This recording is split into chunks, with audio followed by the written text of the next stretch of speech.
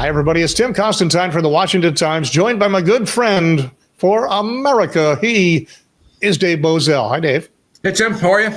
I'm doing great. How has your month of November been so far? I'm ready for turkeys, stuffings, hams, cranberries, you name it. I'm ready. Plenty to be thankful for this year. You know, I've been joking. I have my friends that are so anti-MAGA, anti-Trump, and they're just, no matter what he does, they hate him. And I said, what part is it you don't like? Is it you don't like the closed border? Is it you don't like the low inflation? What part is it you don't like? Peace in the Middle East? You don't like that? I understand they think he's rude and brash, but I'm thinking as a policy, what is it they don't like? I don't understand. Well, I mean, in fact, his numbers are going, if they're going down at all, it's probably because there's some folks on the MAGA right that are suggesting he's not going fast enough. And he's not really messaging the whole gas price issue. I was down in Northern Virginia last night, downtown Fairfax, the hubbub of liberalism in this suburban gas station right in the heart of downtown Fairfax County. $2.87 for gas. I mean, yeah, that's the kind of place that would normally be well over $3, upwards toward $4. So huge, really nice signs on the gas prices situation. Awesome that the White House has put out that they've had 0 illegal aliens released in the last 6 months of this administration. That's an awesome number. And even the Democrats, you and I are old enough to remember when Bill Clinton would stand up there, Barack Obama would stand up there and be calling out illegal immigration. I mean, that was a staple of the Democratic Party's apparatus not too long ago. But because of TDS, they don't want to give him any credit. And so, if his numbers are going down, it's probably because some folks in the MAGA right they don't really understand the 50-year mortgage idea. They don't really understand the 15-year car loan idea. And we're starting to wonder, okay, great, tariffs are awesome. I guess it's awesome that the Treasury Department is rich, but how does that benefit, Mr. and Mrs. Smith on Main Street? Those things have yet to be developed.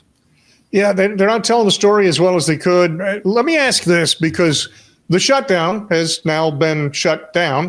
Mm-hmm. And so, and I'm dead serious. I'm not being funny when I ask you this. Yeah. You personally, not a friend, not a story you read somewhere, you personally, did you feel the shutdown at all? Yeah, I actually asked my entire team on Monday when we met. We meet every Monday. I said, does anyone know anyone that was really hurt by the shutdown? And a couple hands went up, and I said, no. I mean, food was not presented on the table, and all the hands went down, right? There are a couple folks that, myself included, we had flights delayed throughout this whole thing. But that was really about it. I don't really understand, and I love what Speaker Johnson's been able to do with the slim majorities that he has. But boy, oh boy, I really do not understand going up there every single day and just sort of like proclaiming out of thin air that millions of people are going to starve.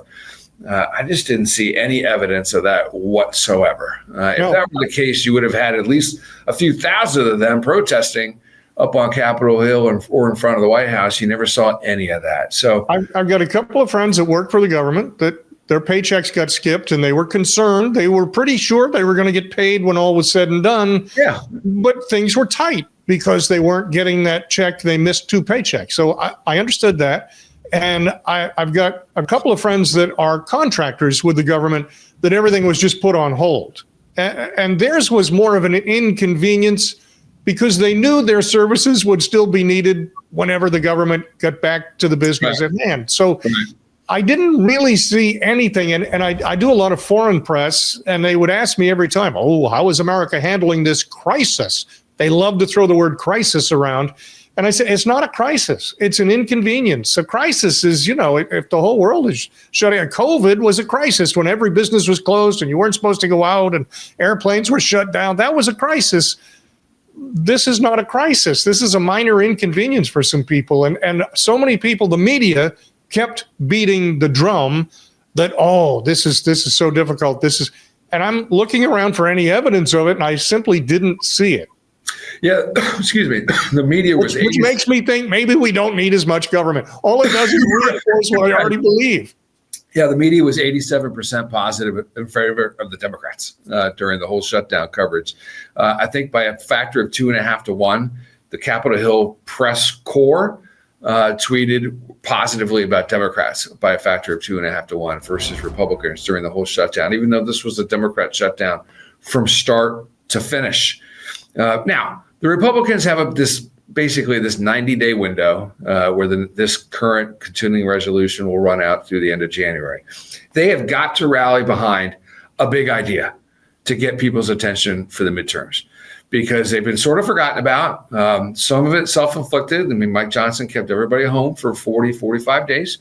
They need to have the next big idea. How are they going to not just trim government, not just codify some executive orders that Trump has put into place, but essentially get government off people's backs, make sure that the border is secure in perpetuity, right? Codify what he's done through executive order, codify border security, and get people under the age of 35 the ability to reclaim the American dream.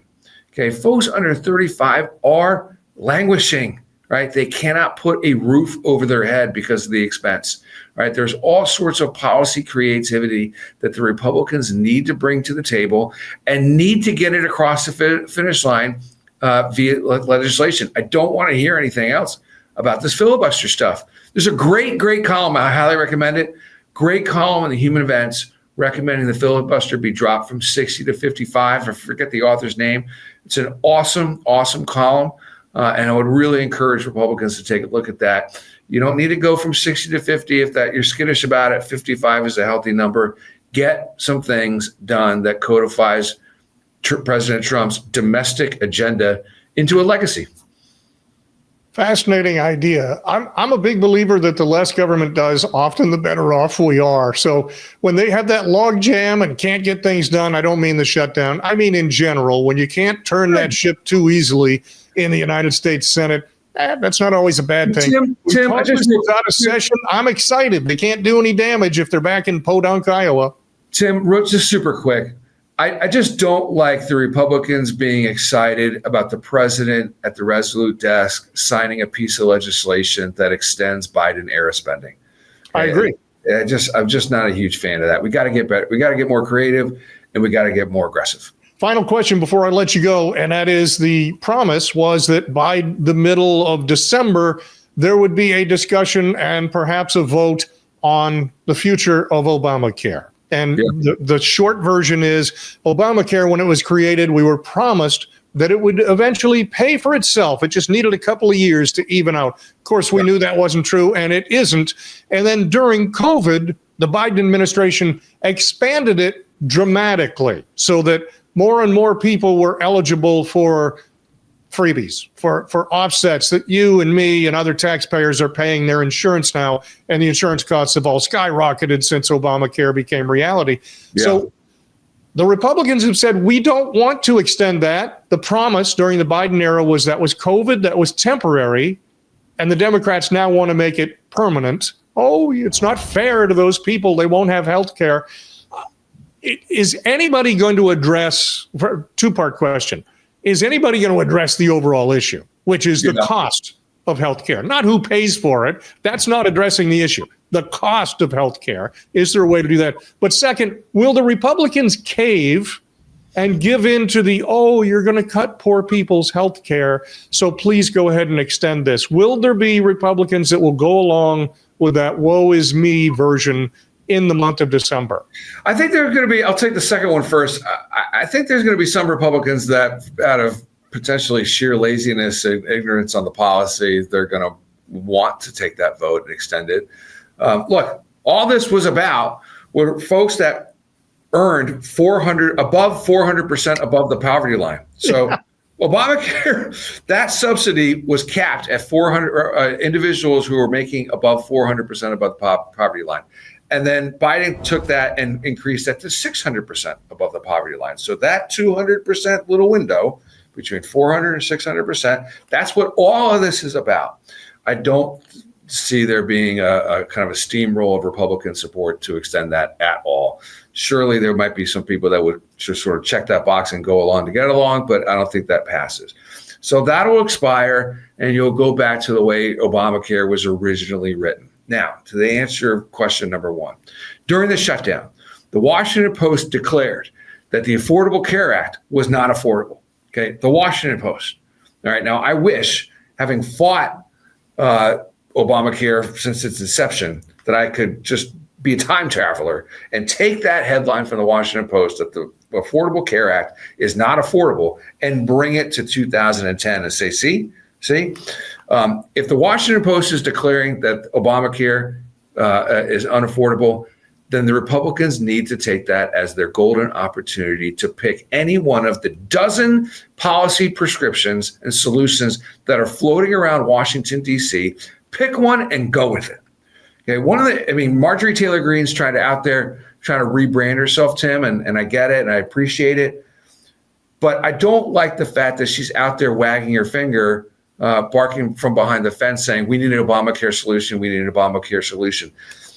Ms. Greene, you're a member of Congress. Go pick one of the dozen bills that Republicans have authored over the last 15, 20 years and go try to get it passed. Okay, you have as much power as anyone else does. Go for it. And all the Republicans need to take that attitude. Let's be aggressive about shaping the future of American healthcare.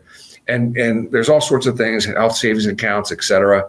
Put money back in people's pockets so they can make their own decisions and get back to the doctor that you originally had. Right? I mean, they used to be, if you want to keep your doctor, you can do that. And all that stuff went out the window. Give folks more freedom, more opportunity to go get the health care that they want and they can afford, and we'll be okay. And you'll be winners at the ballot box if you do it. Fair enough. He is Dave Bozell for America. I am Tim Constantine. For both of us and for the Washington Times, thanks for joining us, and we'll see you again soon.